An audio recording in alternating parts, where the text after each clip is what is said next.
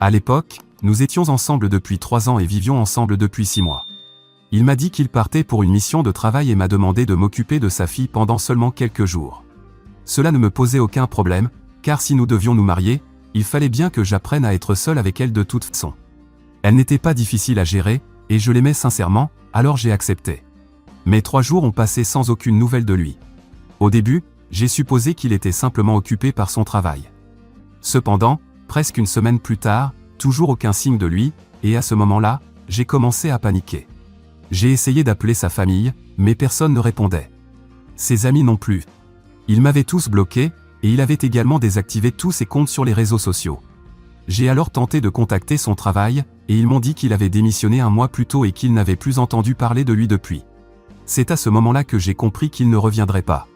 Mais j'avais toujours sa fille avec moi, alors j'espérais qu'il reviendrait au moins pour elle. Quelques jours plus tard, j'ai fouillé toute la maison à la recherche de quelque chose qu'il aurait pu laisser derrière lui, un indice sur l'endroit où il pouvait être. C'est alors que j'ai trouvé une lettre sous son côté du lit. Elle était collée au fond du matelas, donc je ne l'avais jamais vue auparavant. La lettre m'était adressée, et elle m'a brisé. Dans cette lettre, il admettait que notre relation avait été une erreur. Il confessait m'avoir trompé avec Hélène par intermittence durant les 3 dernières années. La seule raison pour laquelle il m'avait demandé en mariage était qu'il pensait que cela l'empêcherait de continuer à la voir, car il savait que c'était mal. Mais lorsqu'elle l'a découvert, c'est elle qui lui a proposé de se marier quelques jours plus tard. Ils ont alors décidé de tout laisser derrière eux et de repartir à zéro ailleurs. Il me demandait de ne pas chercher à le retrouver. Scott écrivait aussi qu'il était désolé pour tout, mais qu'il devait abandonner sa fille, car selon lui, elle était un fardeau, un poids qu'il ne pouvait plus supporter. Il me laissait le choix de l'adopter ou de faire ce que je voulais d'elle. Pour eux, c'était terminé, et ils allaient vivre la vie dont ils avaient toujours rêvé. Aussi douloureuse que cette lettre ait été, je n'avais pas le temps de pleurer. Je devais gérer la situation immédiate. J'ai contacté les services de protection de l'enfance, car sa fille avait clairement été abandonnée. Je savais que je ne pouvais pas l'adopter seule. Je n'étais pas prête à être mère toute seule. Si Scott avait été à mes côtés, cela aurait peut-être été différent. Mais sans lui, je n'étais pas préparée à cela. Après avoir contacté les services de protection de l'enfance, les grands-parents paternels de la petite fille ont été obligés de la prendre en charge. Ils pouvaient m'ignorer, mais ils ne pouvaient pas ignorer les services sociaux. Cependant, ils ont bien fait comprendre qu'ils ne voulaient pas de cette responsabilité non plus. Finalement, les parents d'Hélène ont accepté de la prendre en charge, et elle vit avec eux depuis. Après m'être assuré qu'elle était en sécurité, quelques tentatives ont été faites pour retrouver ses parents. Mais comme ce n'était pas considéré comme une affaire urgente, les recherches ont été abandonnées. Il était clair que Scott et Hélène ne voulaient pas être retrouvés et n'avaient aucune intention de reprendre contact avec leur fille, même s'ils étaient localisés. Environ 1 an après leur départ, leurs droits parentaux ont été révoqués par le tribunal, et les parents d'Hélène ont été déclarés tuteurs légaux de l'enfant. Je suis resté en contact avec eux et je sais que la petite fille est entre de bonnes mains. Cela me donne un certain apaisement. Cependant, émotionnellement, ce fut extrêmement difficile de tout surmonter après que Scott m'a abandonné. Je ne sais pas comment, mais j'ai réussi à m'en sortir. Aujourd'hui, 2 ans plus tard, j'ai en grande partie tourné la page, même si j'ai de sérieux problèmes de confiance. Comme je vis toujours dans la même maison, la semaine dernière, Scott et Hélène ont eu l'audace de se présenter à ma porte. J'ai ouvert, car je voulais entendre ce qu'ils avaient à dire après 2 ans d'absence. Ils ont commencé à s'excuser, à pleurer, et à dire qu'ils avaient compris qu'ils avaient fait une erreur. Ils m'ont dit qu'ils étaient désormais prêts à être parents. Ils ont reconnu avoir fait quelque chose d'atroce, mais voulaient récupérer leur fille et réparer leurs erreurs. Ils ont même proposé de me faire un chèque du montant de mon choix si je les aidais. L'audace de leur demande m'a mis hors de moi.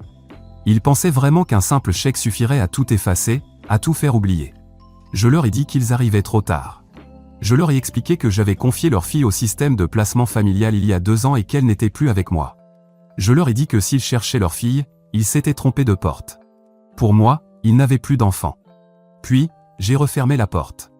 Je les ai laissés en larmes sur le seuil et j'ai ensuite informé les parents d'Hélène de leur retour. Après cela, j'ai parlé à mes parents et je leur ai expliqué ce qui s'était passé. Cependant, ils m'ont dit que ce que j'avais fait était cruel. Mes parents pensent qu'il n'y avait aucune raison d'inventer un mensonge pareil, malgré ce que Scott et Hélène avaient fait. Ils estiment que je devrais leur dire la vérité et les laisser décider de ce qu'ils veulent faire. Je ne suis pas d'accord avec eux, car je n'ai pas le droit de leur révéler où se trouve leur fille, et même les parents d'Hélène ne veulent pas qu'ils le sachent. Mais nous avons fini par avoir une dispute verbale à ce sujet. Mes parents, de toutes les personnes, savent ce que j'ai traversé, et pourtant, Ils pensent que je suis allé trop loin. Je pense qu'ils sont irrationnels, alors que pensent que je suis cruel.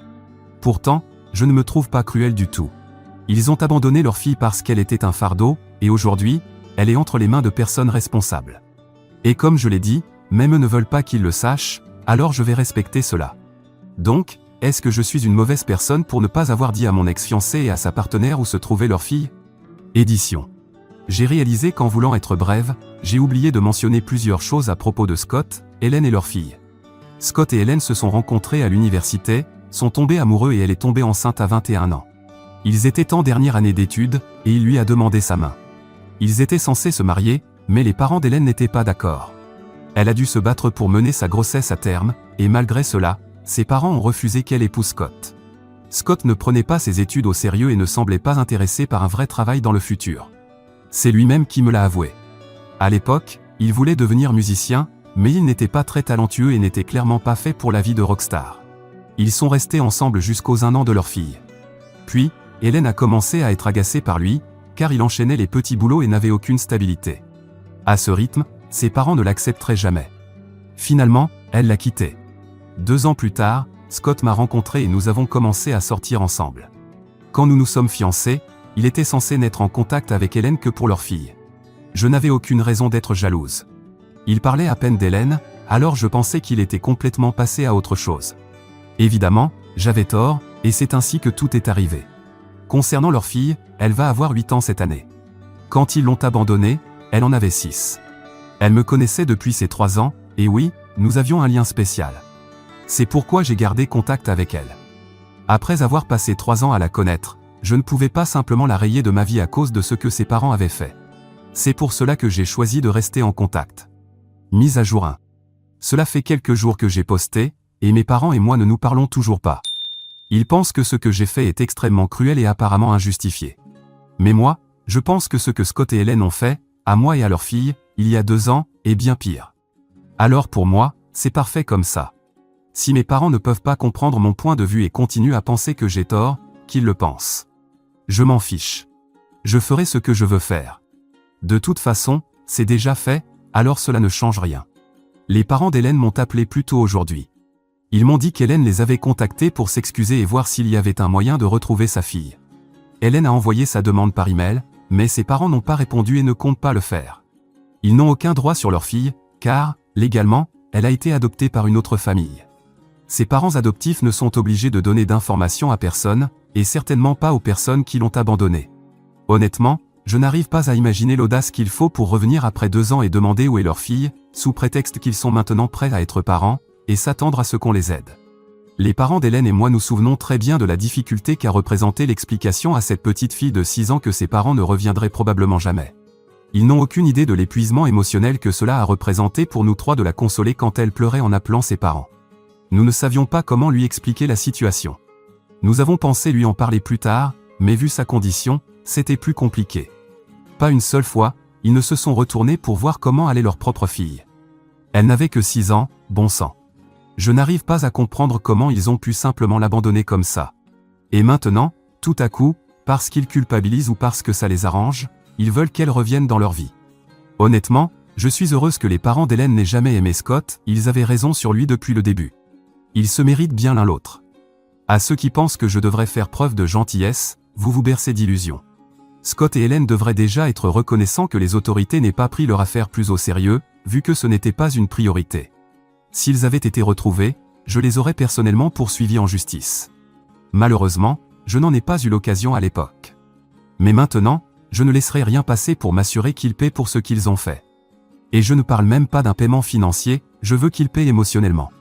Aucune somme d'argent ne pourrait compenser ce qu'ils ont fait, surtout à moi. Au moins, leur fille est encore jeune, et avec le temps, elle pourra peut-être surmonter cela et même l'oublier. Je ne dis pas que ce sera facile pour elle, mais au moins, elle a toute sa vie devant elle. Quant à moi, j'avais prévu un avenir avec Scott. Après qu'il m'a abandonné, je n'ai plus été capable de faire confiance à un homme. Cette dernière année, j'ai pensé à essayer à nouveau, mais je n'y arrive tout simplement pas.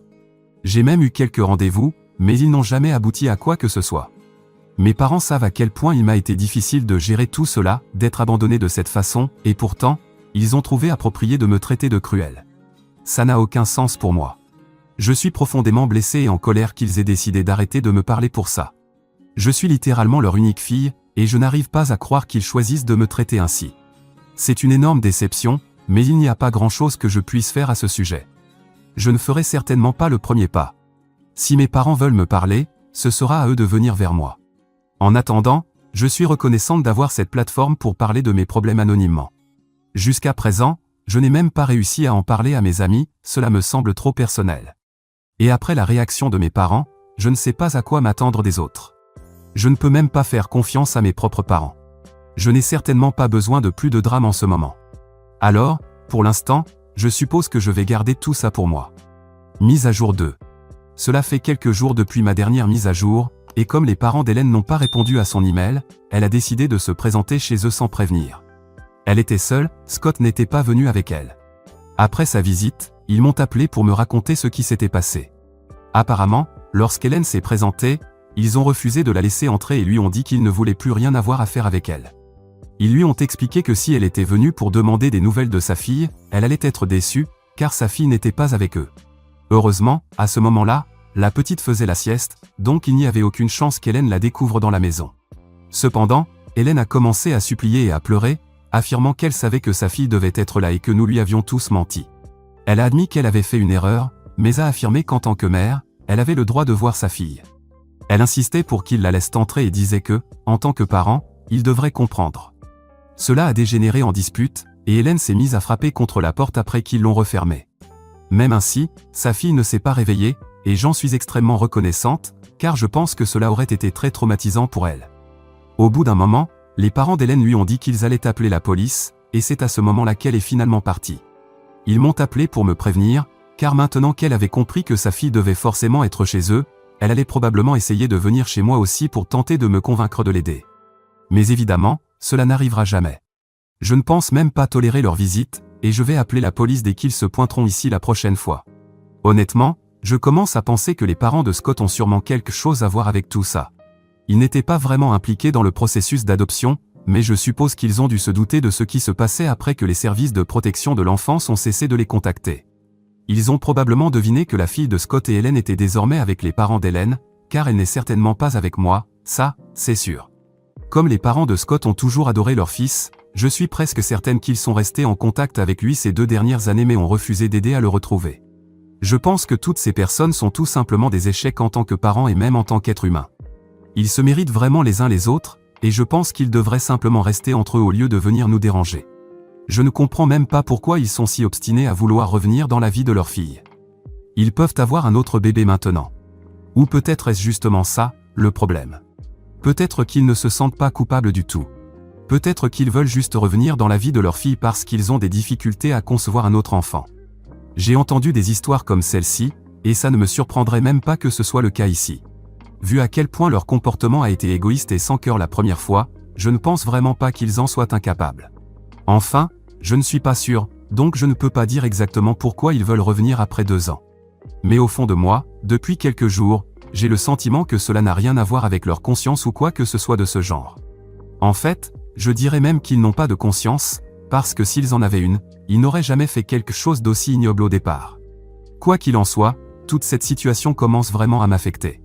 Les parents d'Hélène mentionnaient rarement Hélène ou Scott, au point que j'en oubliais presque qu'ils étaient leurs parents. Ils n'en parlaient jamais. Mais maintenant, j'ai l'impression d'étouffer, car je recommence à penser à eux tous les jours. J'ai l'impression que toute la guérison et le travail sur moi-même des 2 dernières années commencent à s'effondrer, comme si je retournais dans l'état mental dans lequel j'étais pendant les premiers jours après le départ de Scott. Ça ne peut tout simplement pas recommencer, parce que c'était l'une des périodes les plus sombres de ma vie, et je ne veux vraiment pas y retourner. Au moins, à l'époque, j'avais mes parents pour me soutenir, mais cette fois, ils ne me parlent même plus. Oui, le temps a passé, et ils ne m'ont toujours pas adressé la parole. Je ne sais pas combien de temps il leur faudra pour reconnaître qu'ils n'avaient peut-être pas complètement raison. Peut-être que Scott et Hélène méritent vraiment le traitement qu'ils reçoivent aujourd'hui. Je ne comprends pas pourquoi mes parents s'obstinent autant sur ce sujet, mais même moi, j'ai décidé qu'avec tout le temps qui est passé, de simples excuses ne suffiraient plus. Je ne sais pas exactement ce que j'attends d'eux, mais juste revenir en disant « désolé » ne suffira pas. Ils vont devoir me prouver qu'ils sont sincères, et alors, je réfléchirai à la question de leur pardon. Parce que je trouve qu'ils ont été incroyablement insensibles, et je n'ai pas besoin de ce genre de toxicité dans ma vie en ce moment. Mise à jour 3. Tout comme les parents d'Hélène l'avaient prédit, 2 jours après sa visite chez eux, Scott est venu chez moi. Je ne comprends tout simplement pas pourquoi ces gens pensent que je vais les aider ou que les parents d'Hélène vont les aider, surtout après tout ce qu'ils nous ont fait subir ces 2 dernières années. Mais pour une raison quelconque, ils pensent qu'on leur doit de la gentillesse, alors qu'ils n'ont été que cruels et insensibles envers nous tous. Bien sûr, comme je m'y attendais, cette fois-ci, il est venu seul, sans Hélène.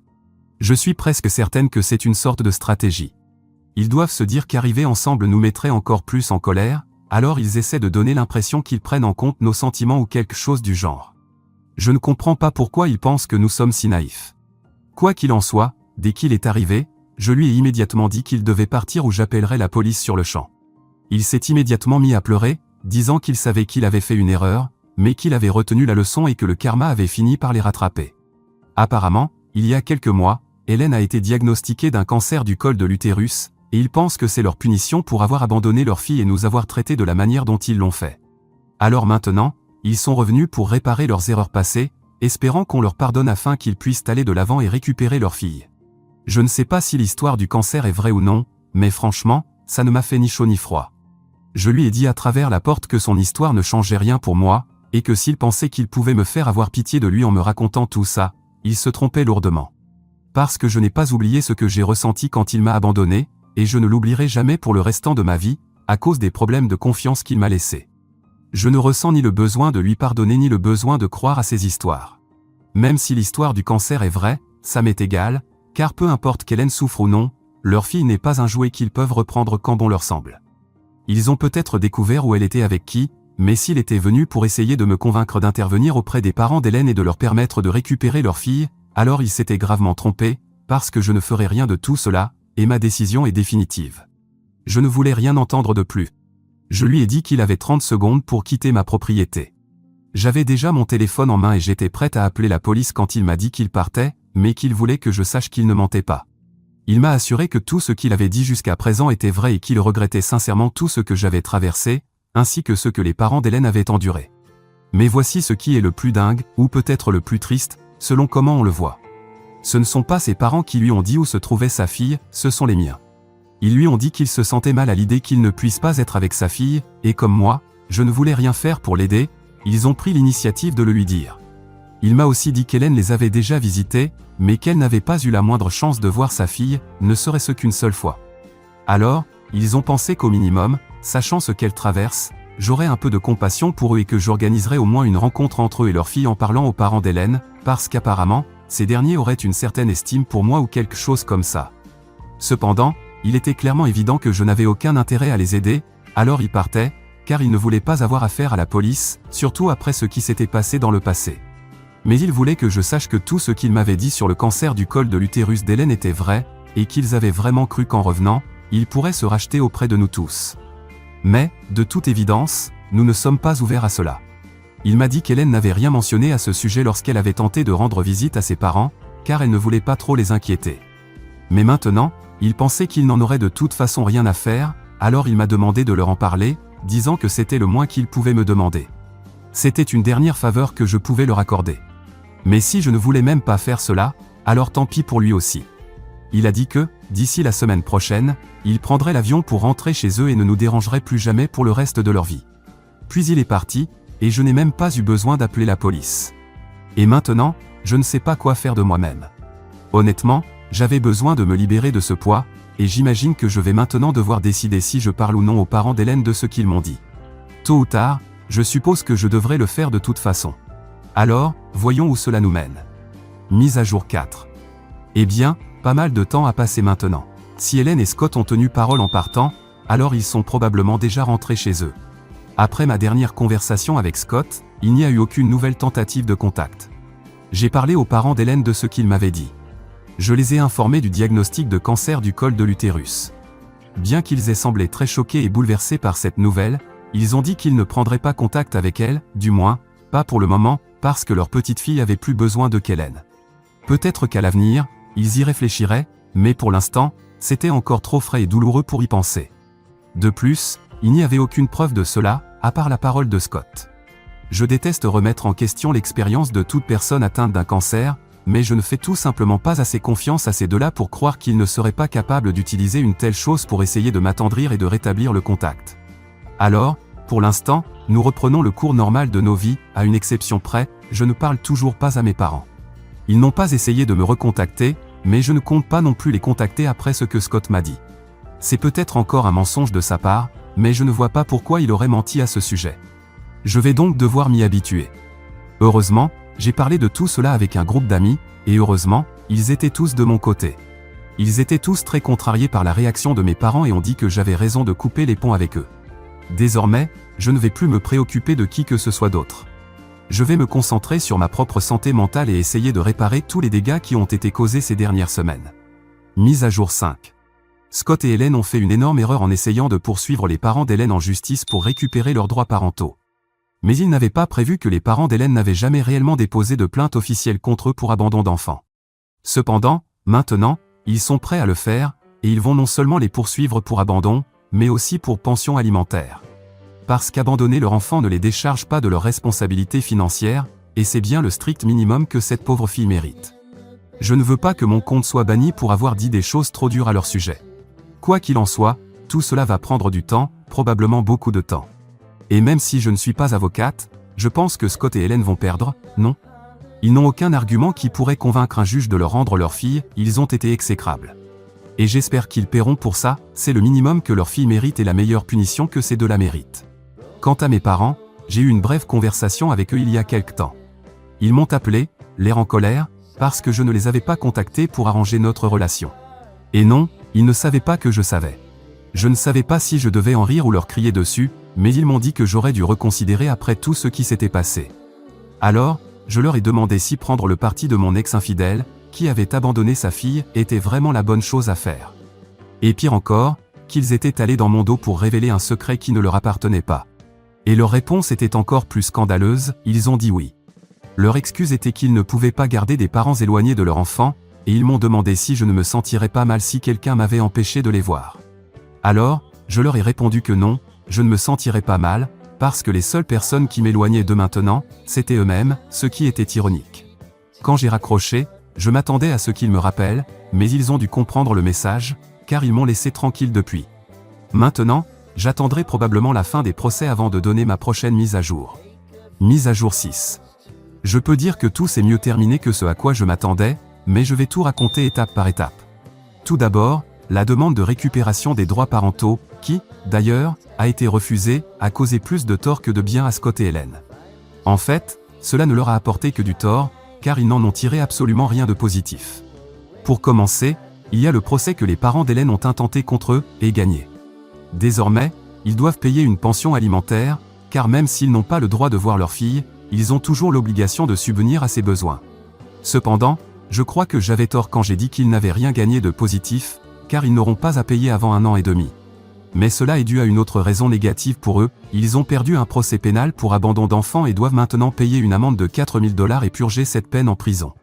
Cela dit, pendant cette période, ils ne paieront pas la pension alimentaire, ce qui est une sorte de verre à moitié plein. Cela dit, une fois sortis, ils devront commencer à payer, en plus de couvrir tout ce qu'ils doivent pour les années d'abandon et leur temps en prison. Autre bonne nouvelle, je ne parle toujours pas à mes parents, et ça fait du bien. Au début, ça faisait mal d'être abandonné par eux, mais maintenant, quand je pense à eux, je pense à Scott et Hélène et à tout ce qu'ils ont fait, et la douleur disparaît. Je ne pense pas qu'il y ait de retour en arrière possible après avoir défendu un couple de minables comme Scott et Hélène. Cela en dit très long sur mes parents qu'ils aient pris leur parti. J'espère que tout le monde aura une vie meilleure que celle que j'ai dû endurer, mais au moins, je pense qu'elle sera un peu plus lumineuse maintenant que le karma agit enfin. Merci à tous pour vos commentaires.